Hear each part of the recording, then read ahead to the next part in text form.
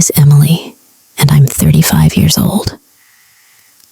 I work at a small, quiet bookstore in the city.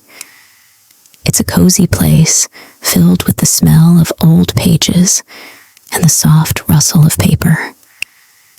People come to find new stories or just sit and read in the comfy chairs. I have worked here for almost 10 years, and it feels like my second home. It's not a big or famous bookstore, but I love it. Books have always been my best friends, even when I was a child. Every day, I arrive at the store early in the morning. I organize the shelves, help customers, and read a few pages of my favorite novels whenever I can. I live a simple life. I don't have many friends, but I'm close to my family, especially my brother, John. He often tells me, "Emily, you should meet new people, go out more." But I'm happy with my books, my work, and my peaceful apartment. I find comfort in the familiar routine. One sunny afternoon, everything changed. A man named David started coming into the bookstore. He was around my age, with dark hair and warm brown eyes. Unlike most customers, he didn't just come in, pick a book, and leave. David always wanted to talk. At first, our conversations were about books. He would ask for my recommendations, and we'd share our favorite stories. But soon, our discussions grew longer and more personal. David was kind and funny, and I found myself looking forward to his visits. He came to the bookstore almost every week. We talked about everything: books, life, dreams, and even silly things like favorite foods or childhood memories. It felt natural, like we had known each other for years. My heart would beat fast a little every time I saw him walk through the door. One day, after a long chat about our favorite authors, David surprised me by asking if I wanted to get coffee after work. I was surprised, but also excited. I agreed, and that night, we went to a small cafe nearby. We talked for hours, laughing and sharing stories. I hadn't felt so comfortable with someone in a long time.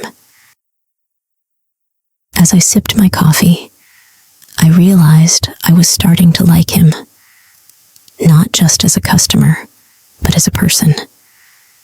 As the weeks passed, David and I spent more time together. He would stop by the bookstore just to see me, and sometimes we'd go for walks or grab a coffee after work. It felt like something special was growing between us. I found myself thinking about him more and more, wondering if he felt the same way. One weekend, David invited me to a local art show. I was so happy. We walked around the gallery, admiring the paintings and sharing our thoughts. I felt so alive, like I was in a dream. Every time he smiled at me, I felt a rush of excitement. That night, as we walked home, I thought maybe David liked me as much as I liked him. Meanwhile, there was my friend Anna, who was going through her own journey. Anna was 33 years old and worked as a nurse in a busy hospital. She loved her job because it allowed her to help sick people, but her life had been quiet and lonely. before last year, she had no boyfriend, no close friends, and lived by herself. Her days were filled with long hours at the hospital, leaving her tired and ready for bed by the end of each shift. Anna often visited her mother, who lived in a small village. She loved helping her mom, who was getting older and needed support. Life was calm for Anna, but she longed for something more, someone to share her life with. One day, a new doctor named Michael joined the hospital.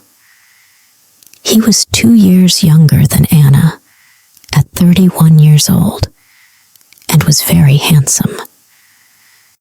Michael was tall, with brown hair and bright blue eyes that seemed to light up every room he entered. He smiled a lot, and all the nurses admired him because he was friendly and kind. At first, Anna thought Michael would never notice her. She didn't see herself as special, just an ordinary woman who didn't wear fancy clothes and had a simple hairstyle.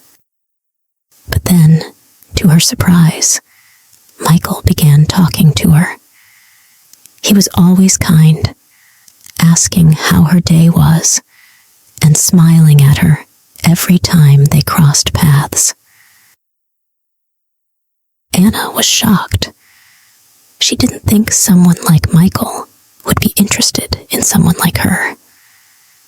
One day, Michael asked Anna if she needed a ride home after her shift. She hesitated, but eventually said yes. They chatted comfortably in his nice car, talking about work, their lives, and their families. Anna felt happy and alive during that ride. Michael was easy to talk to, and she started looking forward to seeing him each day. After that, Michael often drove her home. Sometimes he would surprise her with coffee or tea at work. They would sit together in the cafeteria during lunch, laughing and enjoying each other's company. Anna felt her feelings for him growing. She was excited every day, wondering if maybe Michael liked her as much as she liked him. One weekend, they decided to go to the movies together. It was a fun film, and afterward, they walked around the city, talking for hours. Anna felt a rush of happiness. She thought maybe Michael felt the same way about her. But then, a few days later, everything changed. Michael approached Anna with a serious look on his face. "Anna, I need to tell you something," he said, looking nervous. "What is it?" she asked, her heart beating fast. "I'm married," he confessed. Anna was shocked. She had no idea he had a wife. Michael explained that he had been married for 5 years to a woman named Laura. They didn't have children and didn't spend much time together. He said he was unhappy in his marriage, and that's why he enjoyed being around Anna. She made him feel alive. Anna felt overwhelmed of emotion. She liked Michael a lot, but didn't want to cause any problems. She was confused about why he would want to spend time with her if he had a beautiful wife. "But why are you spending time with me?" she asked, feeling sad. "Because with you I can be myself," he said softly. "I feel happy when I'm with you." Anna didn't know what to do. She liked Michael, but didn't want to be the reason for someone's marriage falling apart. She started to think deeply about her situation. Was it worth it to continue seeing someone who was already committed to another person? Meanwhile, I had my own surprise waiting for me. After a few weeks of spending time with David, he came into the bookstore looking serious. He asked if we could talk in private. My heart raced as I locked the door, and we sat down in our usual reading corner. "Emily," he said, looking down, "I need to tell you something important. I ended my engagement with Alice." My heart skipped a beat. I hadn't expected him to say that. "Really?" I asked, unsure of how to feel. "Yes," he replied. I realized I was holding on to something that wasn't right. "I want to be with you, if you'll have me." I was surprised, but cautious. "David, I care about you, but I can't rush into anything. I need to be sure." David nodded, understanding. "Of course, I want to do this the right way." Just like Anna, I knew I had to make a choice. I cared about David, but I wanted to make sure that we could build something real together. For the next few days, Anna decided to give herself some time to think about her feelings for Michael. She talked to her best friend Sarah, who always gave her honest advice. Sarah said, "Anna, you deserve someone who can be with you fully. Don't settle for less." Anna knew Sarah was right. She needed to focus on her happiness. The next time she saw Michael, she was ready to talk. "Michael," she said, taking a deep breath, "I care about you, but I can't be in this situation. You need to figure out what you really want. If you're not happy with Laura, you should talk to her, but I can't be the other woman." Michael looked sad, but understood. "I care about you too, Anna. I will think about everything. I just want you to be happy." As Anna stepped away from that conversation, she felt both sad and strong. She had made the right decision, but it wasn't easy. It was a hard choice, but sometimes we have to choose what's best for ourselves. In the weeks that followed, Anna focused on herself. She spent more time with Sarah, went for walks around the city, and even picked up a new hobby, painting.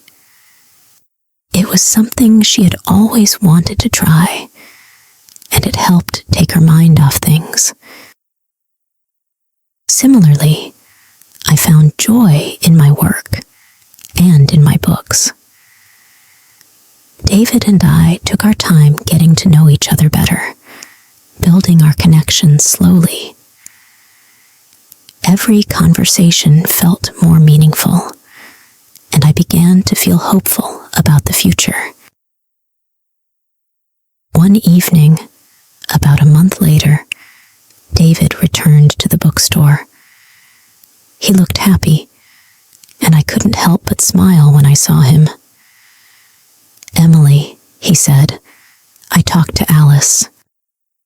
We both realized that we were holding on to something that wasn't meant to be. We've decided to part ways." I felt a rush of joy for him. "That's great, David. I'm glad you found clarity." "Thank you," he said, his eyes sparkling. "Now, I want to take you out on a real date, if you're up for it." I nodded eagerly. "I would love that. The next weekend, we went to a nice restaurant, and the atmosphere was perfect. We shared stories, laughter, and dreams for the future. I felt like I was floating on air, and for the first time in a long while, I believed in love again. Meanwhile, Anna's life took a turn too. She met a man named Jake at an art class she joined. He was friendly, supportive, and shared her love for creativity. They hit it off right away, and Anna found herself smiling more than she had in years. "Maybe this is what I needed," she said to Sarah one day, beaming. "Someone who is completely available and wants to be with me for who I am." Sarah smiled back, happy for her friend. "You deserve this happiness, Anna. Go for it." As time passed, both Anna and I realized that life is full of choices. We could choose who to spend our time with, who to trust, and who to love. Sometimes those choices are hard, but they shape our lives in beautiful ways. David and I grew closer, sharing our dreams and aspirations. He encouraged me to open my own little cafe bookstore someday, and I could see it coming to life in my mind. Anna and Jake began building a sweet relationship filled with laughter and support. In the end, we learned that love is not just about feelings. It's also about respect, honesty, and making the right choices for ourselves and those we care about.